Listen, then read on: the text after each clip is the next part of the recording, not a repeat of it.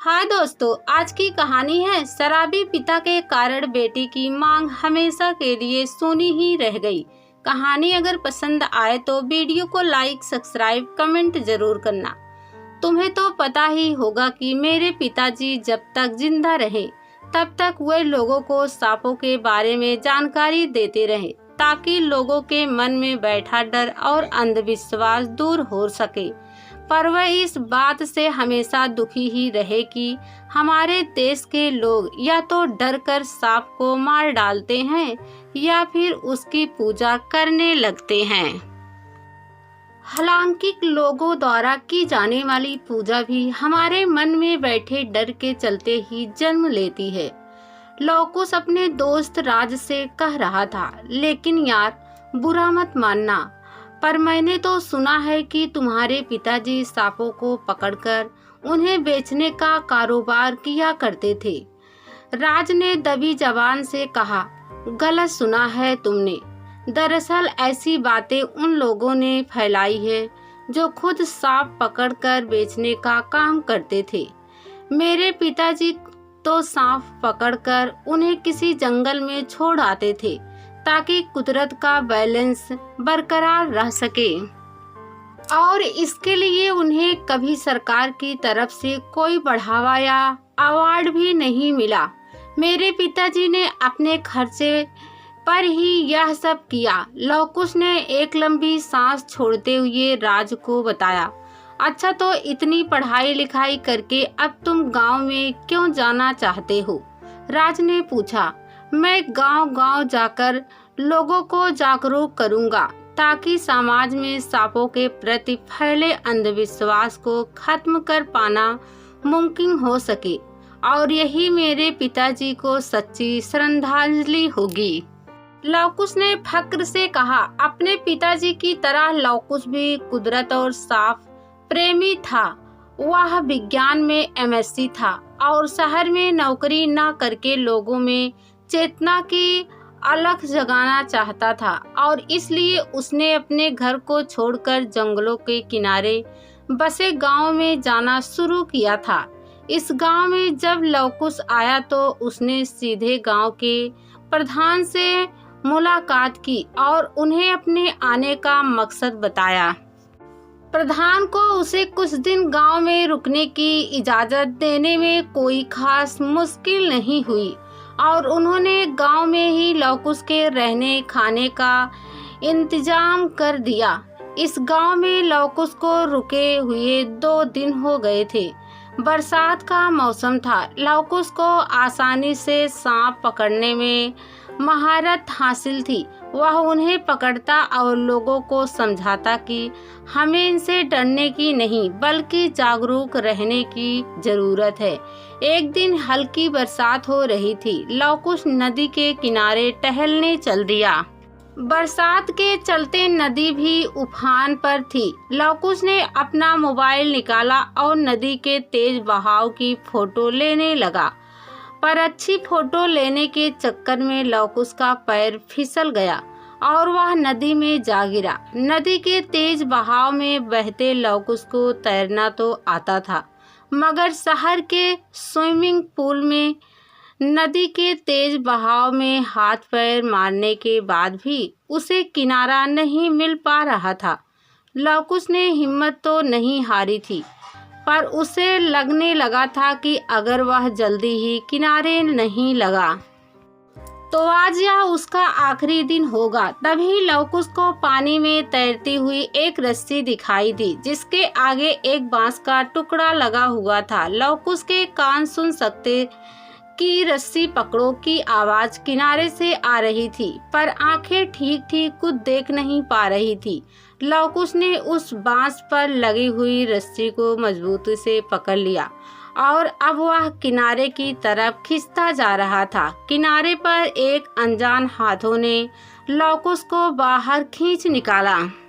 वह 2 लड़कियां थीं जिनकी उम्र तकरीबन 20 से 22 साल की होगी, जो बारिश में भीगी हुई थी। उनमें से एक लड़की काले रंग की थी तो दूसरी दूध जैसी गोरी। उन दोनों की काया बारिश का पानी पड़ने से धुली धुली सी नजर आ रही थी। साँव में उसकी तूती बोलती है, क्योंकि वह गांव के लड़कों को शराब और मांस खिला पिलाकर अपने साथ घुमाता रहता है। इसलिए वे निढल्ले उसके एक इशारे पर कुछ भी करने को राजी रहते हैं और दूसरा सिक्का चलता है। कपाला नाम के तांत्रिक का, जिसने यहाँ के लोगों की बुद्धि को अंधविश्वास के चक्कर में ऐसा बांध रखा है कि लोगों का उससे बाहर आना नामुमकिन सा है। कपाला पहले गांव में किसी भी तरह का नकली संकट पैदा करता है, जैसे फर्जी बीमारियां, नजर लगना, जादू टोना वगैरह। और जब गांव के लोग हल पूछने उसके पास जाते हैं तो वह उनसे पैसे लेते हैं और दूसरे कई तरीकों से उनका शोषण भी करता है। प्रधान चाहे कोई भी हो, इस गांव में सिक्का तो अगाली और तांत्रिक का ही चलता है। वैसे तो लवकुश खुद ही इस गांव से जाने वाला था, पर अब उसे यहाँ रुकना एक चैलेंज लगने लगा था, क्योंकि उसका मानना था कि आसान काम तो कोई भी कर सकता है, पर मजा तो तब है जब मुश्किल काम को किया जाए। इसलिए उसने अगाली के बारे में प्रधान जी से और ज़्यादा जानकारी मांगी। अगली सुबह जैसे ही लवकुश सोकर उठा तो उसने देखा कि सामने से अगाली अपने साथ गांव के 2 से 4 लड़कों के साथ चला आ रहा था। क्या करें, तुम अभी तक गांव से आए नहीं? अगाली ने पूछा। दरअसल बात ऐसी है कि मुझे एक खास सांप का जहर निकालना है और इसलिए मैं यहाँ रुका हुआ हूँ। मैं आपसे वादा करता हूँ कि उस सांप का जहर मिलते ही मैं यहाँ से चला जाऊंगा। लवकुश ने चाल चली। अच्छा, तो जहर से दवा बनाएगा? हमने सुना है कि सांप के जहर से लंबे समय तक सेक्स में टिके रहने वाली दवा बनती है। मैं तुझे इस शर्त पर ही गांव में रहने दूंगा कि तू मुझे वह दवा देगा। बोल, मंजूर है? अगाली बोला रहा था। बिल्कुल मंजूर है। अगले हफ्ते ही अगाली को नया प्रधान चुन लिया गया। उसने शराब की नदियां बहा दी। पूरे गांव में पकड़ते हुए मांस की गंध फैली हुई थी। कपाल भी अगाली के साथ खुशियां मना रहा था। सुनो, एक मीठी सी आवाज लवकुश के कानों में पड़ी। यह तो वही गोरी लड़की थी। वह बोली, अरे अपनी जान क्यों जोखिम में डाल रहे हो? अगाली बहुत खतरनाक आदमी है। मेरी मानो तो यहाँ से चले जाओ। चला जाऊंगा, पर पहले अपना नाम तो बताओ, लवकुश ने पूछा। रेनू नाम है मेरा, शर्माते हुए उस लड़की ने कहा।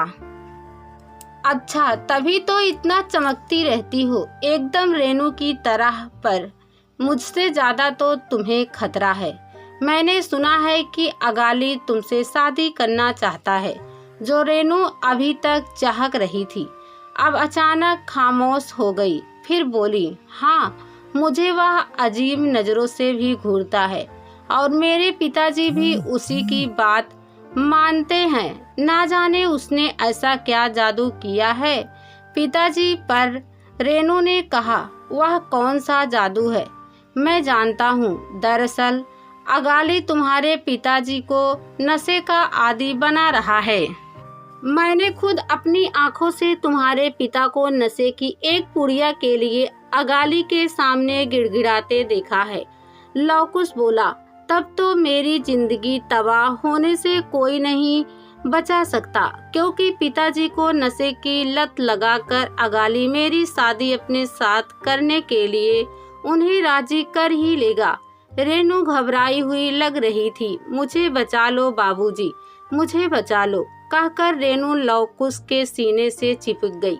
लवकुश ने अपनी जिंदगी में बहुत से सांपों को पकड़ा था, पर किसी जवान लड़की के बदन को अपने हाथों में महसूस करने का यह पहला मौका था। तभी बारिश की कुछ बूंदें रेनू के खुले हुए सीने पर आ गिरी। लवकुश की नजरें उसके सीने पर ही जम गई। क्या देख रहे हो? रेनू ने पूछा। देख रहा हूँ कि तुम्हारे जिस्म पर पढ़कर यह पानी भी तुम्हारी तरह रेणु का ही हो गया है। इतना कहकर लवकुश अपने होठों से रेणु के सीने पर पड़ी उन बूंदों को चूमने लगा। इसके बाद वे दोनों जवानी के जोश में सब कुछ भुला बैठे थे। इधर गांव का प्रधान बनने के बाद अगाली और भी ज्यादा तानाशाह हो गया था। उसने रेणु के पिता को धमकी दे दी थी कि अगर आने वाले 15 दिनों में वह रेणु की शादी उसके साथ नहीं करेगा तो वह जबरदस्ती रेणु को उठाकर ले जाएगा। इस बात से रेणु बहुत घबरा गई थी और लवकुश भी परेशान हो गया था। ऐसे में एक ही रास्ता बच रहा था कि वे दोनों इस गांव से दूर भाग जाएं, पर लवकुश को सही समय का इंतजार था। एक दिन की बात है, रेणु ने लवकुश से पूछा, क्या तुम सांप ढूंढने जंगल में जा रहे हो? हाँ, पर क्यों? गांव में कुछ लोग ऐसे बातें कर रहे थे कि तुम कोई ऐसी दवा बनाना चाहते हो जिससे आदमी के अंदर बहुत ताकत आ जाती है और अगाली तुमसे वह दवा अपने लिए बनवा रहा है। क्या यह सच है? रेणु ने पूछा। मेरे पास उसके लिए दवा तो है, पर वह उसकी ताकत नहीं बढ़ाएगी बल्कि उसकी जान ही ले लेगी, लवकुश ने कहा। कहाँ है वह दवा? जरा मैं भी तो देखूं, रेणु बोली। वह दवा तो मेरे कमरे में बैग में रखी हुई है, फिर कभी दिखाऊंगा। अभी चलो यहाँ से, शाम हो रही है। वह तो ठीक है, पर तुम मुझे शहर कब ले चलोगे? रेणु ने पूछा। मुझे तुमको शहर ले जाने से पहले तुम्हारे बाबूजी को भी नशे के चंगुल से निकालना होगा, नहीं तो एक कपाला और अगाली उन पर तरह तरह के जुल्म करेंगे। लवकुश ने रेणु के हाथ को थामते हुए कहा। अभी वे दोनों रास्ते में ही थे कि सामने से कपाला और अगाली अपने गुरकों के साथ आते हुए दिखाई दिए। अच्छा, तो यहाँ पर तू गांव की लड़कियों के साथ मजे ले रहा है? अब बहुत हो गया तेरा नाटक। अब या तो तू अभी यहाँ से भाग जा, नहीं तो पंचायत तेरा हिसाब करेगी, कपाला ने कहा। पर मैं अभी यहाँ से नहीं जा सकता, लवकुश ने कहा। खूब समझता हूँ तुम शहरी लोग हम गांव वालों को बेवकूफ समझते हो और यहाँ की भोली भाली लड़कियों को अपने जाल में फंसाकर उन्हें लूटते हो। अब और नहीं चलेगा, इन दोनों को पकड़कर पंचायत के सामने पेश किया जाए, अगाली बोला।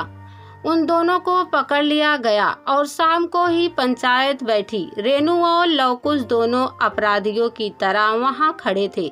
गांव के लोग हमेशा की तरह आज भी तमाशा देखने आ गए थे, इस बात से बेखबर कि जो आज इन दोनों के साथ होने वाला है वह कल उनके साथ भी हो सकता है। गांव वालों, इस सांप पकड़ने वाले ने गांव की लड़की के साथ गलत काम करने का अपराध किया है और रेणु ने भी इससे लगा कर के गांव की इज्जत का मजाक बनाया है, इसलिए इन दोनों को सजा दी जाएगी। कपाला तांत्रिक खड़ा होकर बोल रहा था, जबकि उसकी बातें सुनकर प्रधान बना हुआ अगाली मुस्कुरा रहा था। चूंकि रेणु अभी भोली है और आसानी से इसके बहकावे में आ गई है और फिर वह इसी गांव की लड़की है, इसलिए उसे सजा दी जाती है कि वह गाय के मूत्र से नहाकर अपने शरीर को पवित्र करेगी और आज रात से मेरी और प्रधान अगाली की सेवा में पूरे 21 दिन तक रहेगी, जिससे वह पवित्र हो जाएगी और उसका अपराध माफ कर दिया जाएगा। इसके बाद उसे और उसके पिता को इसी गांव में रहने दिया जाएगा। कपाला सांस लेने के लिए रुका और फिर आगे बोलना शुरू किया। इस शहरी लड़के की सजा यह है कि इसे हर्जाने के तौर पर पंचायत को पूरे 5 लाख रुपए देने होंगे, नहीं तो इसे पशुओं का गोबर खाना होगा और मूत्र पीना होगा। कपाला की बातें सुनकर लवकुश बुरी तरह चौंक गया, पर उसने हिम्मत नहीं हारी और बोला, यह सच है कि मैंने रेनू से प्यार किया है और मैं उससे शादी भी करने को तैयार हूँ, पर यह हरजाने और गोबर खाने वाली बात तो एकदम इंसानियत के खिलाफ है और मैं इसे मानने से इनकार करता हूँ। पर बबुआ, गोबर तो तुझे खाना ही पड़ेगा। कहते हुए अगाली ने गोबर उठाकर लवकुश के मुंह में ठूस दिया, जिससे लवकुश का दम घुटने लगा और उसने गोबर अगाली के मुंह पर ही थूक दिया। यह देखकर अगाली आग बबूला हो उठा। उसने एक जोरदार लात लवकुश की दोनों टांगों के बीच मारी। गांव वाले इस सब का मजा ले रहे थे। उन्होंने लवकुश को मार डाला। पंचायत अपने इस फैसले पर खुश थी। अगाली रेनू को देखकर उसके साथ बारात बिताने की कल्पना कर रहा था, जबकि रेनू कोने में खड़ी हुई सिसक रही थी। सबके सामने ही रेनू को पशुओं के मूत्र से नहला दिया गया। पत्थर की तरह खड़ी थी रेनू। वह जानती थी कि विरोध करने से उसे भी अभी यहीं पीट पीट कर मार दिया जाएगा। उसे अपने मरने का डर नहीं था, पर उसके मरने के बाद उसके बाबूजी दुनिया में अकेले रह जाएंगे, इस बात से वह परेशान थी। और जिन लोगों ने लवकुश को मार डाला, उनसे बदला लिए बगैर मरना उसे बुजदिली लग रहा था। पंचायत के फैसले के मुताबिक कल रात से रेनू को कपाला और अगाली की सेवा में जाना था, पर रेनू का मन लवकुश की यादों में भटक रहा था। उसका मन तो कर रहा था कि वह कपाला और अगाली से लवकुश की हत्या का बदला ले, पर भला वह अकेली लड़की उन दोनों का क्या कर सकती थी। इसी ऊहा पोहा में रेनू परेशान थी। रेनू के जेहन में लवकुश की बताई हुई वह बात गूंज रही थी कि उसके बैग में कोई ऐसी दवा रखी है जो अगाली की जान ही ले लेगी। रेनू सीधा उसके कमरे में गई जहां पर बैग रखा हुआ था। उसे वह दवा मिल गई जिसकी उसे तलाश थी। रात हुई तो रेनू कपाला और अगाली के पास पहुंच गई। अरे, हमें तो तेरे इतने जल्दी आने की उम्मीद नहीं थी। लगता है तू भी हमारी सेवा करने के लिए तरस रही है। अच्छा है, आजा, सेवा शुरू कर हमारी। अगाली ने अपनी धोती को ऊपर सरकाते हुए कहा, हाँ सरकार, पर एक दिन बातों ही बातों में उस शहरी ने मुझे इस दवा के बारे में बताया था कि इसे पीने से आपकी ताकत 10 गुना बढ़ जाएगी। रेनू ने उन्हें एक पुड़िया दिखाते हुए कहा। अगाली को जैसे कुछ याद आया तो मेरे लिए दवा बना दी थी उसने।